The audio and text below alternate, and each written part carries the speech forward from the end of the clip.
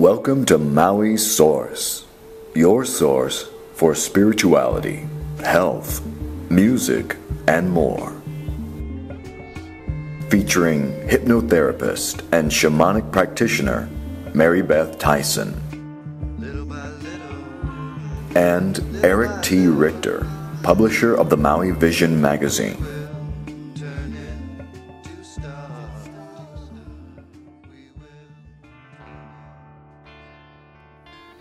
Welcome to Maui Source TV, your source for music, health, spirituality, and more. I'm clinical hypnotherapist and spiritual counselor Maribeth Theisen. And I'm Eric T. Richter, the publisher and editor of Maui Vision magazine. Today we're honored to interview internationally acclaimed psychic medium James Van Praagh. And our musical guest is our very own DreamingBear, the producer of Maui Source TV. James Van Praagh is the #1 New York Times best-selling author of Talking to Heaven, Ghost Among Us, and many other titles, as well as the upcoming Power of Love. James is internationally recognized as one of the most accurate spiritual mediums. His messages have brought peace and spiritual insights about life and death to millions. James has appeared on virtually every national radio and television show, including Oprah, Larry King Live, Dr. Phil, 2020, The View, Coast to Coast, and many more.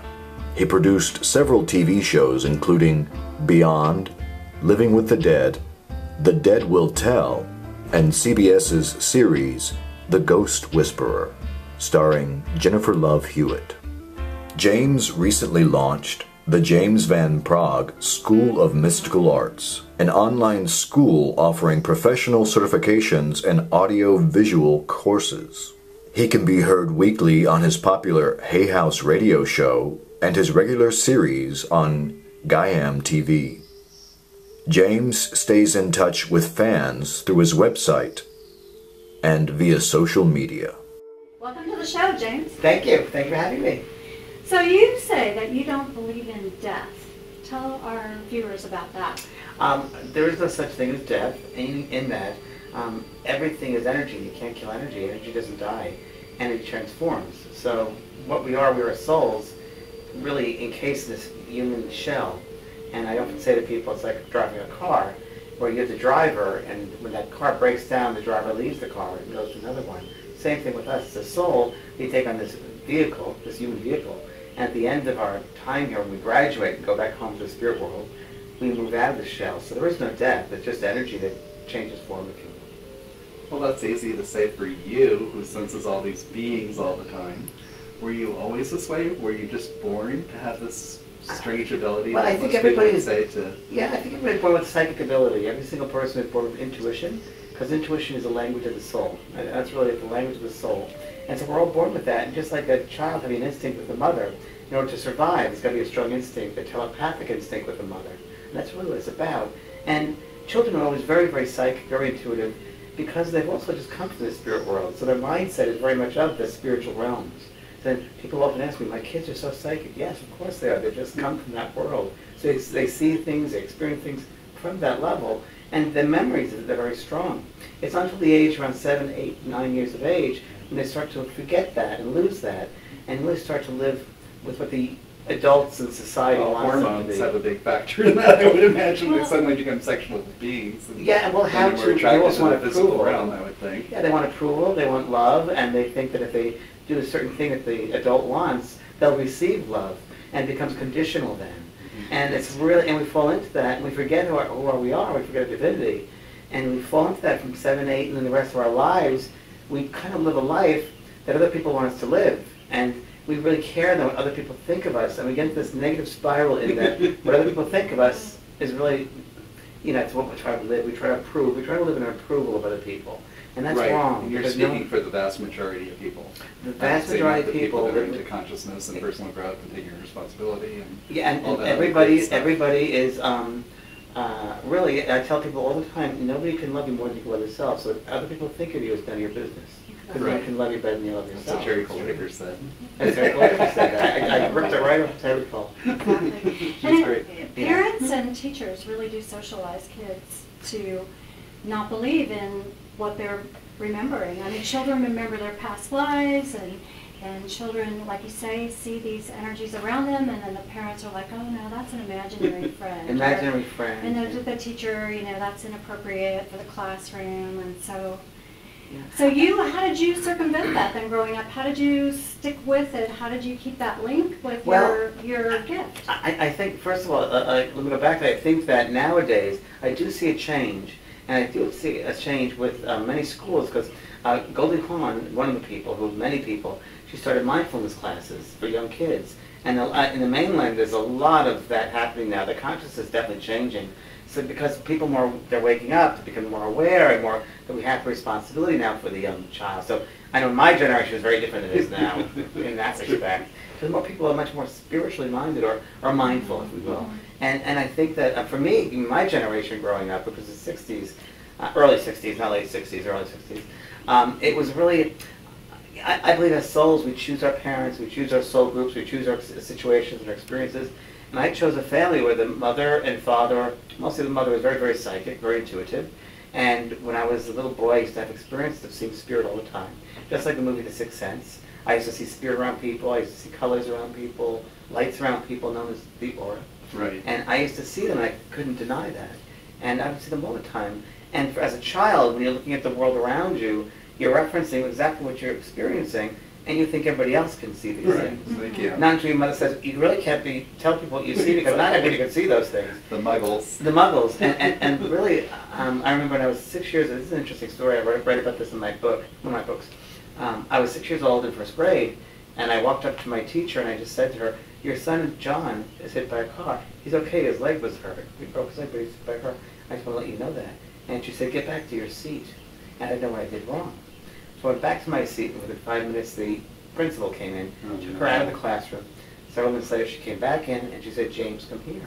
And I did, and I said, what is it? She said, how did you know that? How did you know my son was hit by a car?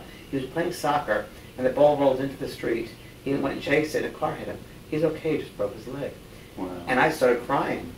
And the reason I started crying was because I thought I created that to happen, because I thought of it first. Causation. So there it is. So that's scary. Precognition, and that's, of course, materialization of what we think. That's how things work. You know, what we think, we create. And as a young boy, that was the way I had my experience. And this lady, and it was a Catholic school, parochial school. So, of course, the divine, of course, took that over because it could have had a nun. It would have been a whole different story. But she said to me something to say to a 6-year-old. She said, well, God maybe gave you a gift, and one day you'll help people with that. Right. I noticed we were so lucky to come to your readings last night, and it was amazing the personalities coming through. Yes. And it seemed to me in watching you that you not only hear them talking, but you see them and you feel them. So you're all clairaudient, clairsentient, and clairvoyant. So every single person is, mostly everybody is clairsentient, which means clairfeeling. So we all know when we walk into a room, we feel a certain way, or meet someone feels a certain way. Everybody experiences that because we're souls, and that's what a soul really feels things. So most people are clairsentient. I'm very clairsentient. So I'll feel the personality coming through, and I really surrender, get out of my own way, and let that personality come through, because that's my job, to bring them the space to allow them to come in and to materialize in a way right there. And I'm also clairvoyant, which means clair-seeing.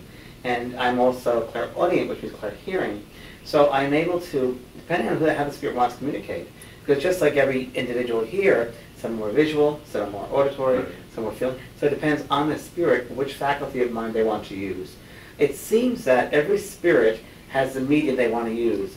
They can't use every medium because they find in the medium's mind, the reference points, that medium has to have certain types of reference points in order for that spirit to communicate. So last night, the session I did last night, there was talk about a lot of personalities, a very big, strong personality, a strong personality, and the sense of humor has come through, because I have a sense of humor, and there's certain things that were brought through that the references were very strong to me, so that was successful that way. If someone came and talked about the Great Wall of China, I wouldn't be able to pick up on it because I've never been to the Great Wall of China. So they wouldn't want to use that for me. So. Well, it seemed to me like at the end you just got supercharged and you're just like, I'm just going to pick this person and just read them.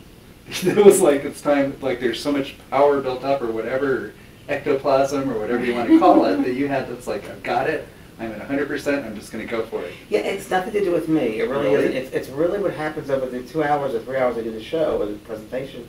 The energy builds up in the audience. And if you notice, the first thing that happens when I first come on stage, there's a little bit of, they're not sure, they're hesitant, and there's energy, and I have to go build up the sense of trust, take away the expectation that everybody comes in with, take up their own way, perspectives of life after death, their own belief systems that they come in with, whether it's religious belief systems or other belief systems, and then I just have to be me.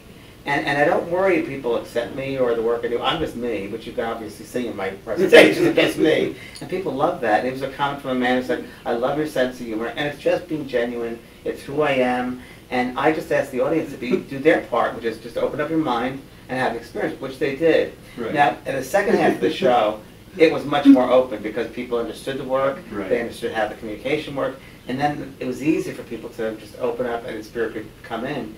And there was one reading toward the end, which my favorite one of the night was a bowling ball. Oh, yeah. And it was just a whole row of people got a message because they were so open and they were laughing. And anytime you have laughter and joy, it brings the vibration frequency. So that's what it is. It's all the beings fed off of it. It's everything exactly right. They feed off that energy. It's all about energy. They feed off the love, they feed off the joy. And my sense of humor that I have, it really helps them and it helps the audience. And it also helps the audience say, oh wow, this isn't so serious. It's time to have fun. It's like he's up there, he's just like, this is my job. Right. Yeah, there's no death. It's just okay to laugh, have a good time. They're alive. They're around us all the time. Exactly. They're around you anyway, so don't deny it. Yeah. You were talking about your personality coming through, and that was one of the things I love about you is that you are funny and you're accessible and things just pop out of your mouth sometimes. And I wondered, what do you do? How do you put yourself out there when there is criticism or there are naysayers or skeptics? How do you go out there and not let that get to you? Because number one, it's nothing to do personally with me. It's just the work. It's their projections. It's their projection. And anytime you want to do the type of work where you're a pioneer, which is really what I am, a pioneer in this work, because I was the first medium on television. Before any of them really.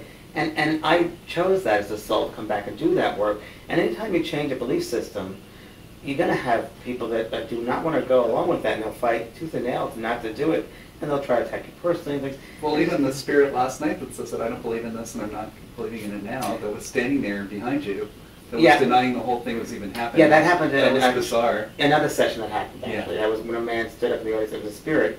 I was getting ready to his daughter in the audience, and his grandmother came through, and her father had passed, was on the side, and he was standing there like this, and I could see him in the corner of my eye, clairvoyantly, and I knew that he wanted to say something to be acknowledged, and I said, telepathically, do you want to talk to your daughter? And he said, well, no, I didn't believe this in life, why would I do it now? So the belief system kind of stays. Isn't that crazy? Well, it is what it is. It's just like here on this earth, when someone's in a belief system, the mindset, sometimes it's really hard for them to get out of that mindset. Whether it's a religious mindset or a belief system or a skepticism, it's hard for them to move. You have to remember also that it's a paradigm shift.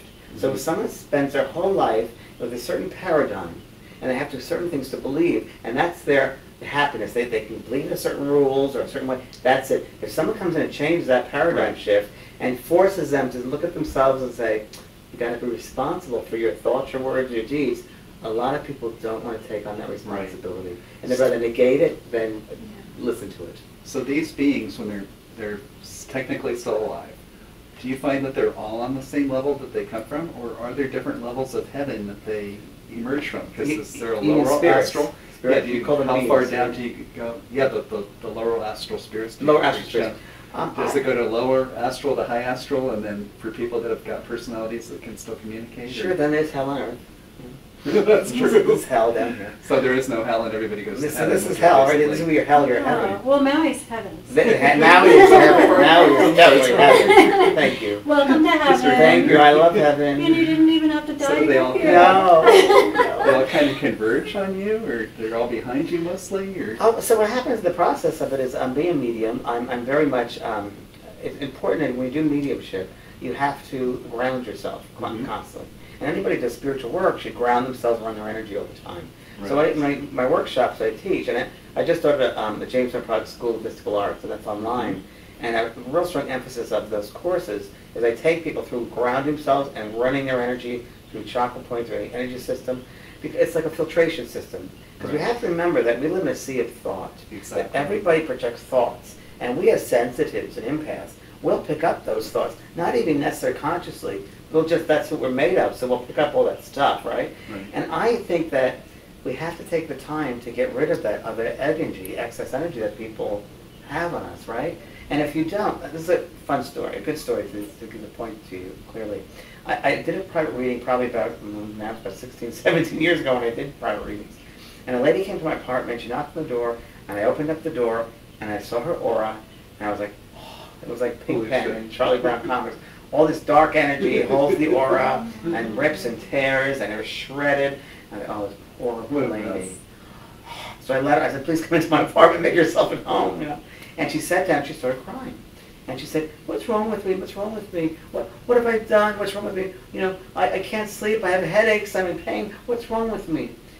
And I said to her, it's not what's wrong with you, it's who's wrong with you. Whose energy are you carrying with you? Right. And as she's sitting there, I started pulling away and grounding other people's energy from her space. She didn't know I was doing it, which is, I didn't want her to.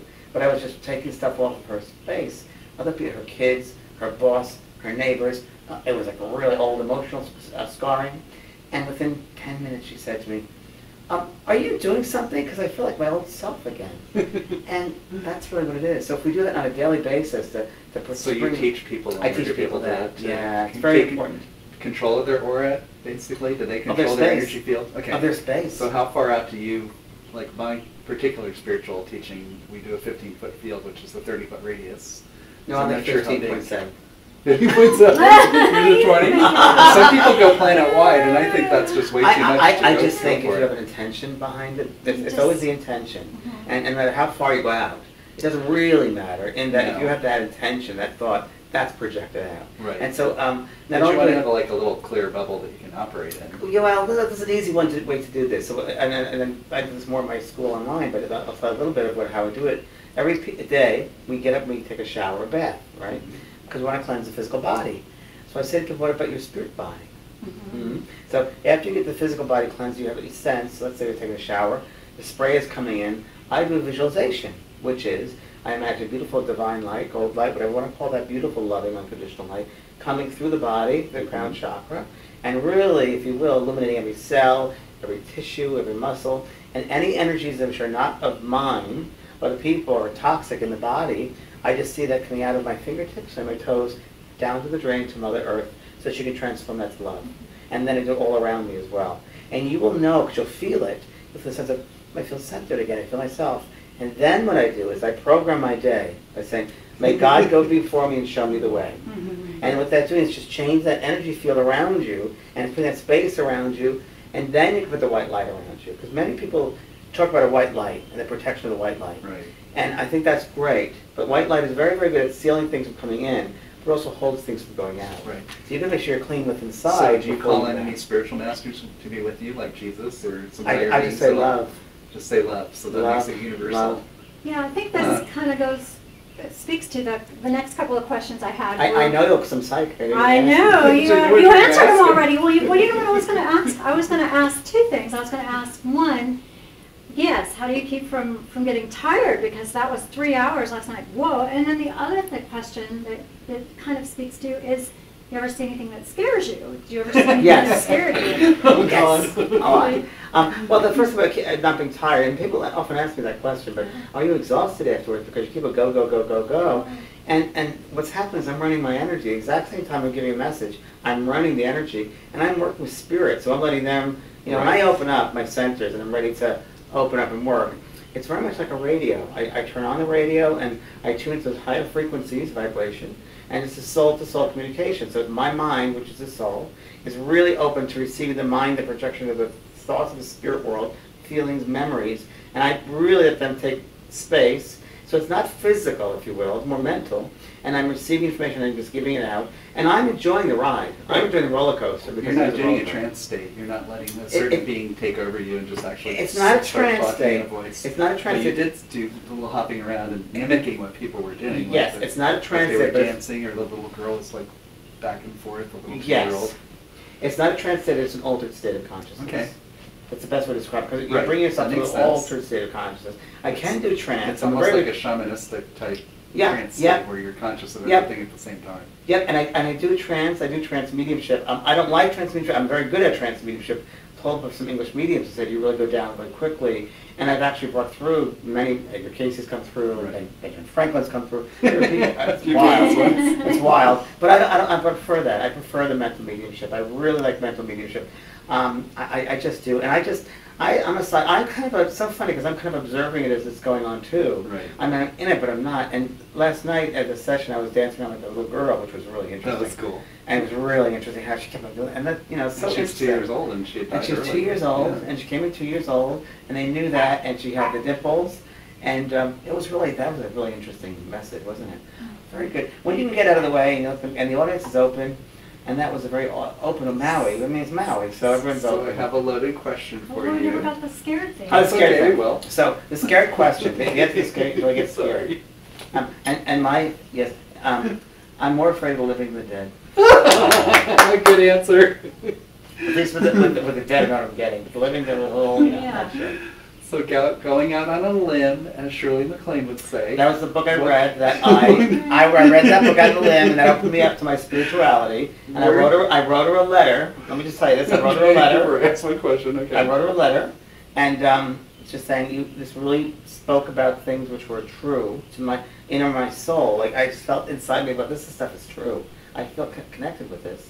And I wrote her that, and the day before Christmas Eve, this is really weird, I had her address. I was working for a producer for something, for a celebrity auction thing. And I just wrote her. The day before Christmas, I get a card in the mail, and it was Shirley MacLaine, and said, "Thank you for your kind thoughts about my book, and Merry Christmas, Happy New Year to you and your world of cherries." Then I went to a medium I was at the media that told me that I was going to do what I'm doing. And I had a magazine there called the Interview Magazine, and Shirley MacLaine was on the cover. Right. And he came through the message. He said, "They're telling me that if you keep up doing the work you do as a medium, you're going to meet her one day." Wow. And now we're very good friends. Cool. So it's a full circle. Little by little, we will turn into stars. We will turn into love. Would you publicly disclose be willing to publicly disclose who you were or who you think you were in a past life? Oh, sure. Oh, sure. I would love to. I know that because I have past life regressions. That's not what I expected, a loaded question. I know. I think it is. I was waiting I for was going to be something scared. I was I was going to be scared. I was It's be X-rated. I was Cleopatra. You know. Well, I know that I I bet wouldn't you were. put it past you. I know that I passed an aggression with Dr. Brian Weiss, who we used to work together for like 12 years. We worked together, Right. and we were doing a cruise once, and he said to the audience members, and I was in the back, and he said, "Let's do a general regression," and he said, "You can just send out a thought, whatever you want to know about," and I thought to myself, "Oh, it's not going to work for me," but I sent out a thought, why am I doing mediumship? And why am I known publicly? What do I have to do in the public eye to do this? Being vulnerable and you know, getting all these daggers from these skeptical people when I first started. And it was so interesting because what I saw next, I saw my face, and it was a mustache and the eyes. That's what I saw, my face. And what happened was I was wearing a general's uniform, and it changed. I was in this war, and that war, and that war. Like 12 to 15 wars, and the only thing that changed was the uniform. And I was always responsible in those lifetimes to tell my men when to go in and kill people. So I knew that I was, not done, calm An down. agent of death. I knew that it was my job, that I had to do that, and that I was responsible for all those deaths. And in this lifetime, I came back to heal millions of deaths, to balance the karma. Wow. Isn't That that makes interesting? sense. Beautiful. That is trippy. Interesting story, isn't it? That's really crazy Yeah. and bizarre. How fun. So are you super intelligent that they tell you what your IQ is? No. You never found out? No, you're not super intelligent, or you don't know what you're. I have no idea. I'm Of course just it is. simple, easy. Of course it is. So can you read us? Can you read? Are there any spirits here today? In order to have to prepare myself, Oh, I did okay. need to prepare myself. Okay. I do a whole ritual before I do a reading, so Okay. I just can't do it like that. It's funny, on TV there's a show, Teresa Caputo on the media, which I love. Teresa, she's great. But unfortunately it's produced not a great way for mediumship. Because it shows, it portrays mediums that they just go to a bakery and there's a dead person next. Oh, your father's next to you, or in a car, that they're always on. And that's really wrong, because in mediumship, which I consider a sacred art, I really think it's very sacred healing You have work. to do a whole thing. And I do a whole ritual before I get to open my centers up and to really be present. And otherwise, I'd be on all the time. And if you're always on, it's almost like a fan. It's like a fan. And if the fan is always on, constantly running, the motor will burn out. Yes. So you have to be able to turn that off when it's not working. That's Same good. with mediumship, because you work with the adrenal system, the glandular system. Right. And if you're always on constantly, and you guys saw last night how I get really into it.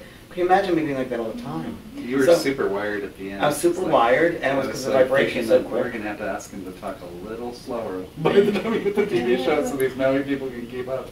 Yeah. So I have something to tell you about what when you gave that sample experience with the group about having somebody step in and Oh yeah, so the people that are looking at this might not know what you're yeah, talking so about. well what happened was James gave us a practice last night to actually become your own medium. Like A empowering people to blending do it. exercise. Blending exercise is what it was called. Yeah. And so I did it, and I was already sort of semi in a trance state, and this piece of a steak just goes flying back at me and past me, and I'm like, who just threw that piece of steak?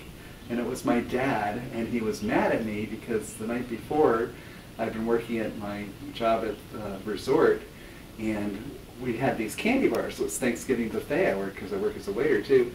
And so there were Crunch Bars there, and he was mad because I didn't think of him when I was eating the Crunch Bar, and I thought, oh shit, it's got to be Dad. And he says he's always with me, which is really so assuring that he is with me. So now I got to make sure that I call on him and acknowledge him and make sure when I'm eating his favorite food. And so I'm in honor of not to get him back, I'm going to go buy a box of Cheez-Its, which I don't like, which he likes, and eat them. You know, good like that. Well, that was interesting. That's interesting. The blending exercise is really, it's really an exercise, physical mediumship, where you really get yourself kind of out of the way.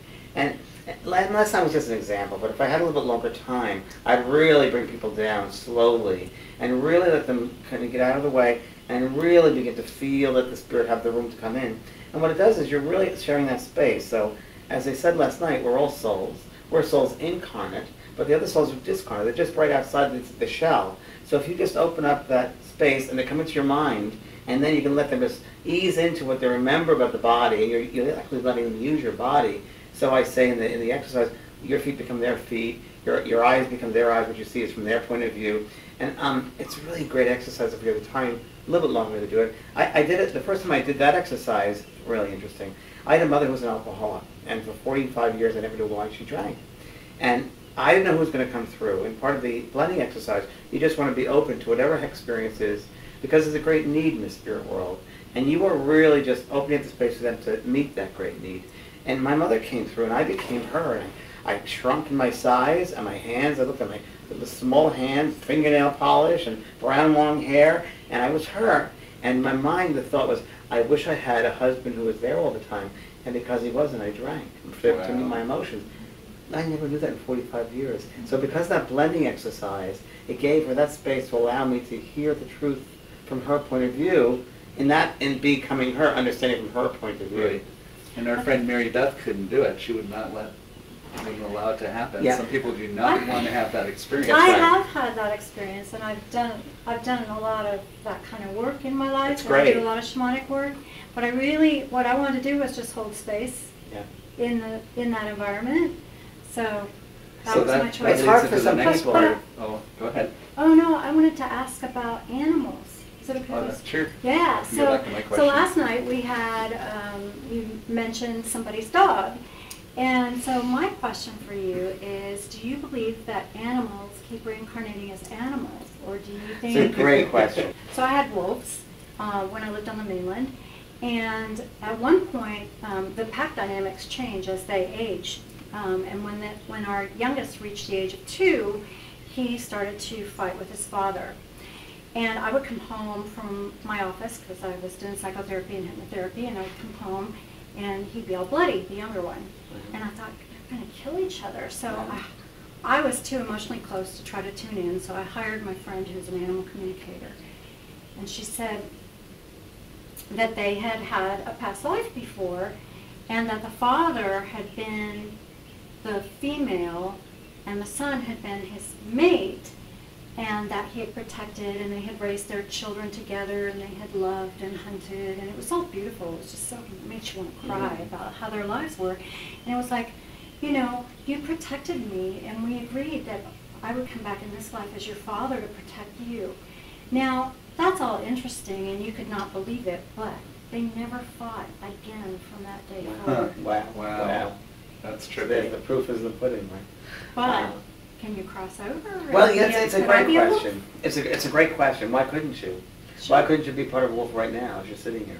I could be a wolf. He's I ran turning into Tetons it now. running around. Exactly. He said he wasn't going to do it, but he says Maribeth's the wolf. That seems pretty psychic to me. Well, you know, when I first started this work, I was very skeptical in some ways. And I still am. I think it's always good to be skeptical, not cynical, because a cynic has their mind already made up before an experience. So, and then I open to growing, and then I open to learning. But skeptical is good because you got to question things, I think. And so I was a little skeptical when I first started. Well, can the animal kingdom is separate from the human kingdom, and do they cross over? Oh no, they couldn't cross over because they're animal kingdom. And that was my belief system. And then I asked a healer friend of mine, and she said, "Why would you limit a soul? Why can't it look like water? It's like water. Why can't the part of the water be there? Can't part of the water be there? Or like the sun, raise the sun here and there. It's the same. So why can we be part of that?" And many people think in human terms, and they have such a sense of humanness that they limit spirit. And that's just limiting spirit. So of course we could be part of them. And of course they cross over. I know I'm part of my daughter, my doggie, Maisie May. I know that I'm part of her, she's part of me. I know it. I mean, I just know that I feel everything from her. And I feel things from animals all the time. And I just know I'm part of that soul, that part of my soul. And I think with animals, which are incredible healers, of course, that when you can acknowledge that alignment that you have with that animal, that you're all the same, the oneness that you have, that's it. You're in. You're out of that human limitation, and you're connected to the oneness. Well, shamanically, I mean, that could be what a power animal, right? Exactly. So a wolf could be a power animal. Yeah. I mean, yeah. Or maybe it's a real animal that's alive. It could be. It could be. It could be. Why couldn't it be? Sure. Sure. I wouldn't limit it. So I have a hard question for you. Not for me, but He for you doesn't might be have. hard. He doesn't have. It's a hard question because you're going to do this online mediumship school, and people are Yeah. going to be kind of dabbling in the psychic realm, which can be kind of spooky. Why? So, well, Why maybe it used to be spooky. I guess it isn't with you. It's Maybe not the spooky. I don't think just it's lost spooky. I think all it's their light. natural. So you don't have any concerns about students when they take on these other beings that somehow they might become possessed and then turn? No. Or no. if do you have a screening process so that if No. somebody's mentally ill that they can not No. take your course? No. I think if they're attracted to it, there's got to be at a certain level. Right. I don't okay. think any nutcase would take my class because they wouldn't be able to deal with vibration. They Frequency couldn't pass so the much. first course. They couldn't On see their own. themselves. There'd be something within them. That, number one, they would be attracted to it. Okay. You know, even people that come to my shows, they would not be attracted unless at a certain level. And I don't mean to sound judgmental about that, but there's a certain understanding and awareness they have to have in order to be attracted to the experience. Like last night when I did the show here in Maui, there was an audience and I said, you know, we're all going to go, you're not going to be earthbound here because you have this experience and the awareness of this. So the anyone that's taken my class, and I can speak from experience, because I've had over 700 students already in the class, the online class, the James Van Praagh School of Mystical Arts, which is Yes. great. And we have a psychic course, and the second one is mediumship. And I work over 65 videos, I do awareness exercises, I do field trips with people. Is it expensive to do, or is it like No. a couple $1,000s or something? No, it's like that? $800. That's all? It's nothing. Right. And they can use it. Whoa. I know. I You're know. giving out a Tori away Virtue for said free. it's too cheap. I said, well, it is what Well, it she is. has she's got $3.65 things Yeah, on her yeah, I site do too, which too. I makes have sense. small, Sure. yeah, just in Because meditation, people like free just meditations want, that they are just want part of you. Yeah. It's you know, it's Fans. it's just to help people, to remind them who they are and to help them on their path and their journey. And you know, it's great because they can keep it for a lifetime. They can share it with their friends. Do you have That's a it. business aspect of it that you tell people how much they should expect I to charge? do. You do? I The whole certainly do. there's I have a whole module lesson on that. business. That's smart because that's where they lose it. I have they're a whole psychics, lesson. but they can't figure out how to make it And because marketing. The right and the Marketing. left side of the brain. I talk about marketing. I talk about how you market yourself. How do you put this out to the masses? How do you keep your integrity with this work? I do a whole lesson on that, lesson 9. And yes, it's important because So, psychic people have a hard time in business. are your graduates allowed to date their clients? If they're not psychologists, why not? It's not that kind If of someone's class. really cute, It's not that can kind you of do- class. And we have Google Hangouts. We do. I go online with them. And we talk. We have phone calls. I do just called student hours. I'm actually on the phone with them all the time and talking to them. That's so good. I'm really You're involved accessible, in it. yeah. Yeah. So That's great. I wanted to hear a little bit about the cruise that's next summer. What are the dates? And it's to Tahiti, It's and Tahiti. it's a really good cruise line too. Booked again. Yeah. It's my 4th time, and I just really was I meditate every day, and I was in meditation, and I just got this sense that you should do a cruise again, and I love cruises. It's my 27th one, and it's a great week for me teaching people and being with people. I'm a teacher first and foremost. I would say and you can see from last night, I'm definitely a teacher. And that phenomenon comes later on. But as I said in the last evening, I said to people, it's important that you get the foundation with the spiritual truths and the awareness of it, and then you bring in the phenomena. Right. And then that has more of a foundation to play. So when I was meditating, I got a sense of, people want to go on a trip with you, you should do a cruise. I'm thinking, where would I go? And number one place is Tahiti. And I've been there my 4th time, and it's heaven. My partner and I got married there. And I've had some incredible experience with people that were on my cruise that took it, and I mean, we've had some really amazing, miraculous, incredible, divinely led experiences on the boat again. So this next July of 2016, I'm going to be doing that. I'm only bringing 100 people, and it'll be a hands-on. I'll be working with everyone there, and it's a week worth of incredible experiences. With our own little island we go to, and we do a healing meditation in the water, and it's Maui-esque in many ways. To the next level. Well, and we'll have your websites on No, thank you. credits, So do you and have so more- that people can go. Another book in the works too? I do. I have 2 other books in the works. Wow. Next book coming out is called The Power of Love.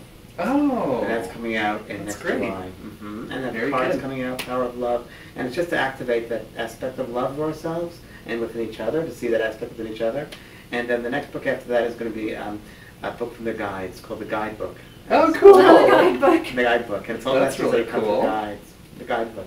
So your necklace is so beautiful. Is there a story about it? This was in Switzerland. I was teaching a class in Switzerland. Gorgeous. And it's from India, and the lady who was translating from German to English, she gave this, it was from some spiritual teacher there, and she said, I want you to have this. And it's beads. Is it glass beads? Is that what Oh, it I is? don't think so. I think It's all it's gems? Gems. Beautiful. Amazing. That's just Yes, thank gorgeous. you. I guess I like it, and it was very kind of her. You know, it's so important that the act behind it is more important than the actual thing.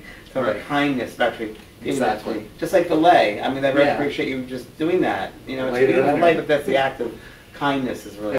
So Hay House, without Dr. Wayne Dyer as their lead author, I guess Doreen's number 2. Are you number 3 now with Hay House, or? Well, I know my Or is radio it- show is number I know. 1 now. That's Your for sure. radio show I have a is- radio show in Hay House, and it's I'm Talking to Spirit. And it's, Doreen said I think it's number 1, so it's doing right up there. Anita Morjani's pretty big too. Anita And Morjani's then, pretty big. She's a doctor. And Christina Northrup is with Yeah, them too.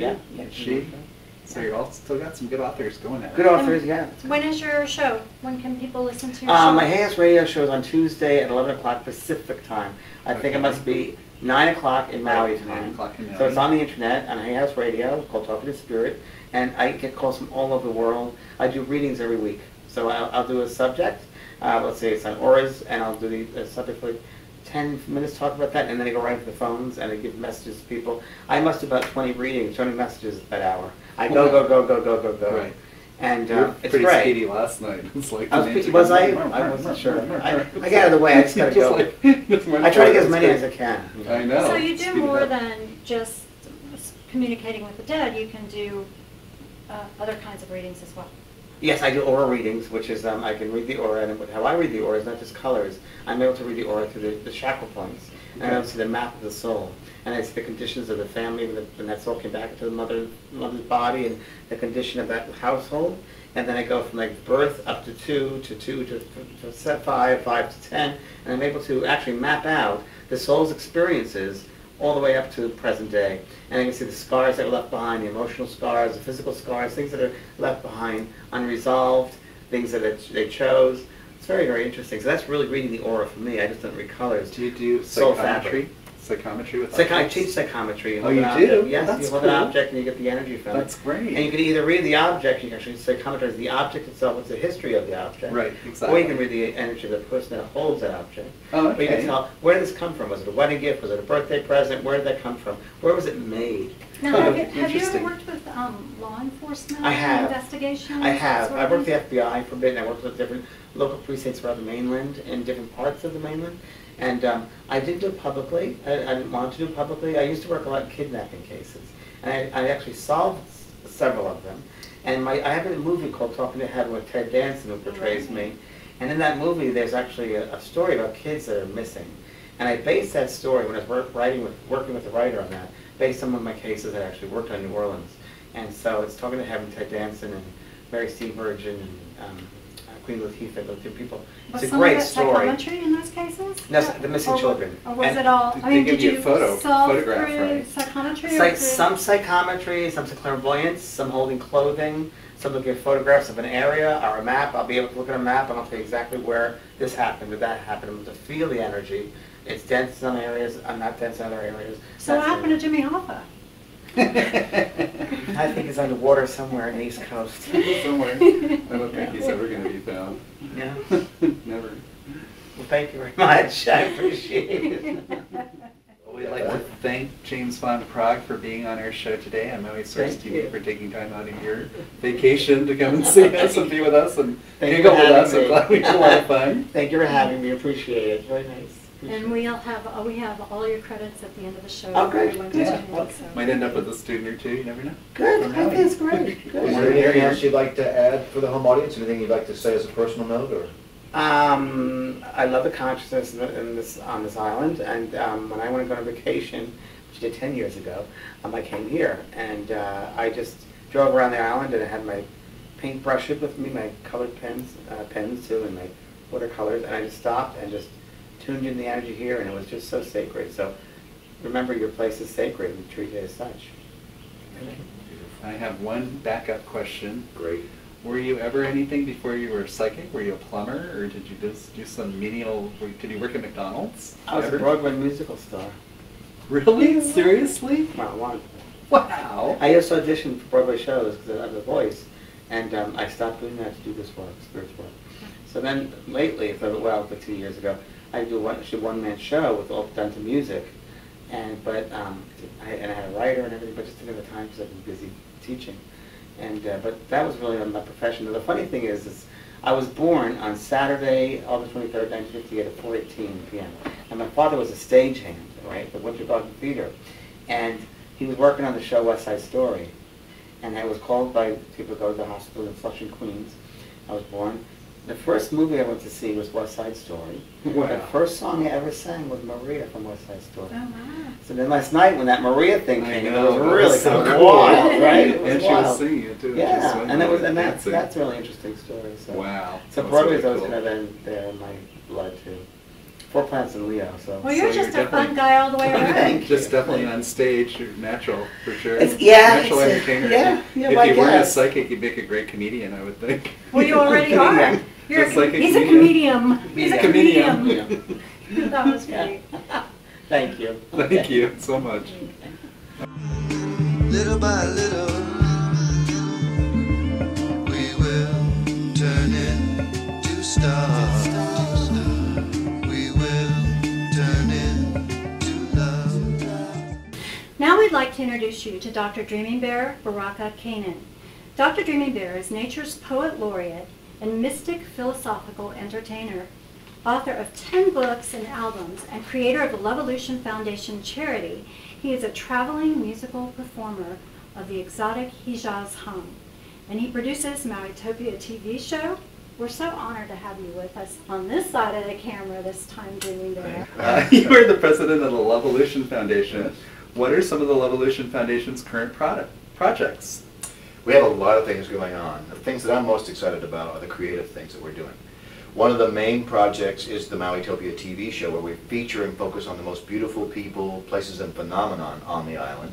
And we hope to engender this beautiful island and its occupants to the rest of the world, as if to say, look at these amazing living luminaries, what they're doing, and maybe it resonates with you. And if you're out there, come and see this. Come. And this is my way of sort of saying to the people that I love and adore the most, hey, let's turn the spotlight onto you now. What are you doing? What are you saying? And I think that that's a powerful and profound way to share the love. And I think that that's what the Levolution is. How all often about. do you post new videos? You've got like 80 shows or something? We do one I show love a it. week. Wow. Every Sunday. It's an hour long, and it And airs it's on a Kaku. That's Wow. right. and online as well, and YouTube. Every day when I get on my internet, I have a post that you have a new thing up, a new poem, a new essay, a new song, and it's all so deep and so beautiful. And I know, as somebody who's also worked on the other side of the camera, that just the editing can take hours and hours and hours. So I have so much respect for your abilities, not only as the creator who tunes in and into the divine and brings this stuff out, but also for the technical piece, and that's why we're also honored to have you working with us. Just a brilliant person. You're obviously very cosmically connected.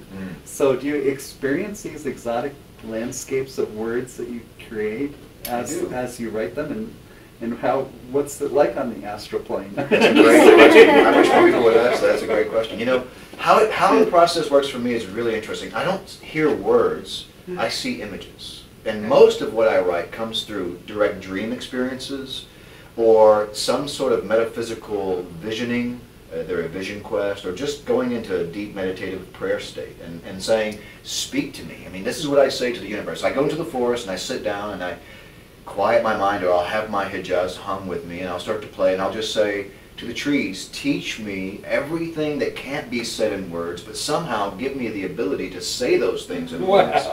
And let me be that vocal cord for the cosmos to speak through. So you really are nature's poet laureate. I feel that I am the tongue of trees, quite literally. The muse of Mother Nature. Indeed, indeed. And you speak of memory. You know, memory is the mother of all muses, according to the ancient Greek tradition.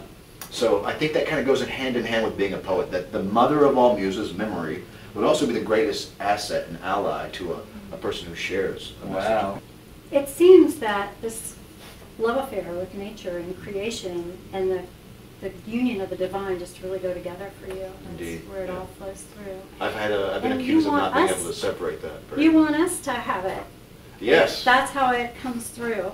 That's my hope, is that it'll be contagious. Inspire love in everybody and everything, and non-judgment too. Exactly. That's been a big theme lately. You should really read his newest article in Maui Vision magazine. In Maui Vision magazine, yes, don't forget to read We won't talk about that today, but it's coming out in December. Here's the latest Off the Wire with Dr. DreamingBear. Stay tuned.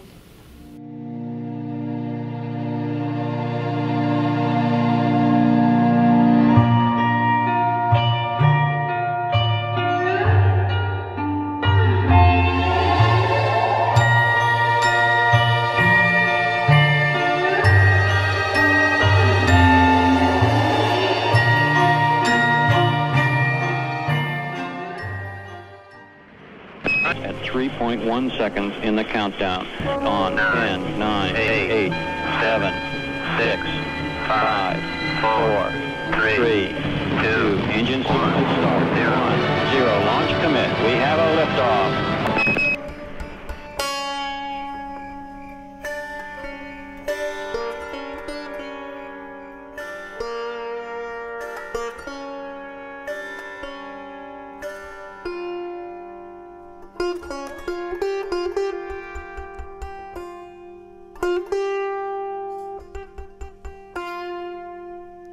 In the locker room talk of angels, there is intense buzz over your evolution into ecstasy.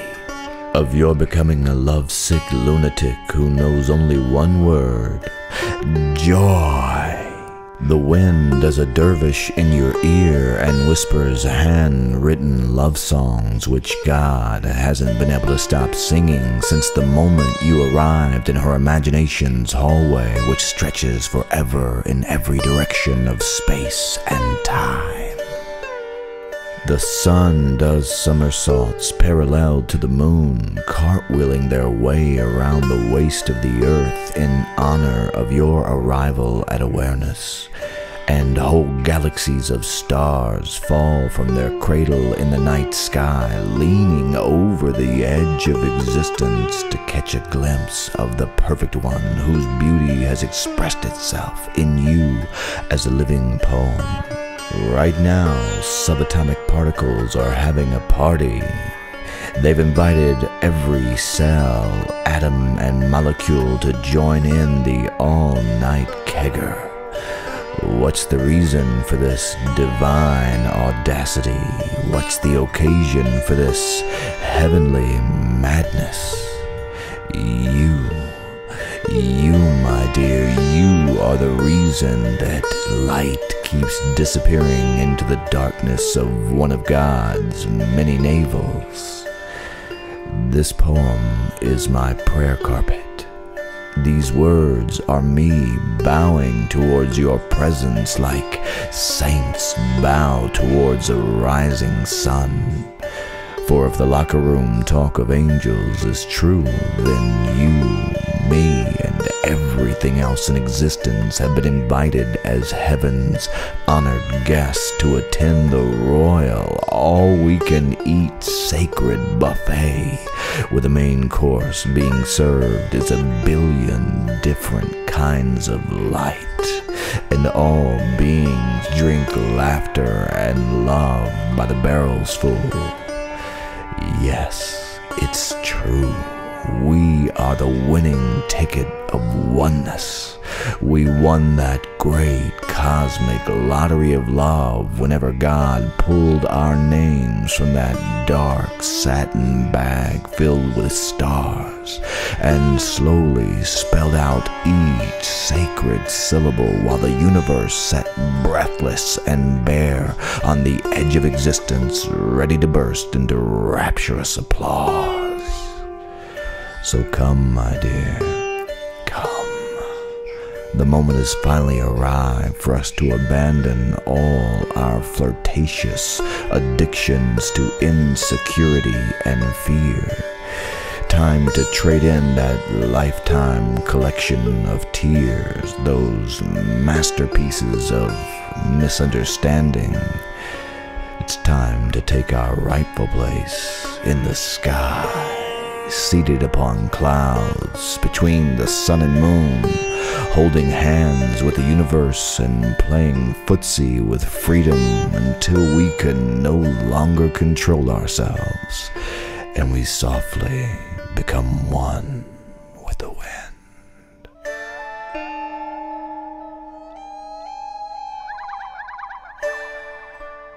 Time is but a misconception of heartbeats.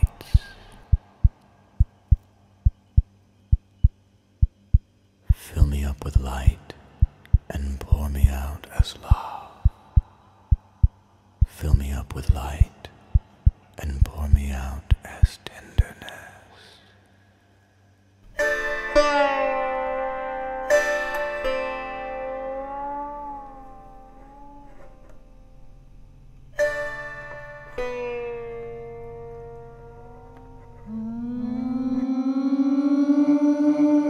Remember your dreams. Remember your dreams. Remember your dreams. Well, Dr. DreamingBear, that was another cosmic thing we've got coming from the beyond through you. That was awesome. Thank you. So we'd like to thank James Van Praagh and Dr. DreamingBear. And if you'd like to learn more about Eric T. Richter or myself, Maribeth Theisen, or either of our amazing guests, visit us on the net and see the credits. Thank you so much for being with us on Maui Source TV. And until the next time, aloha!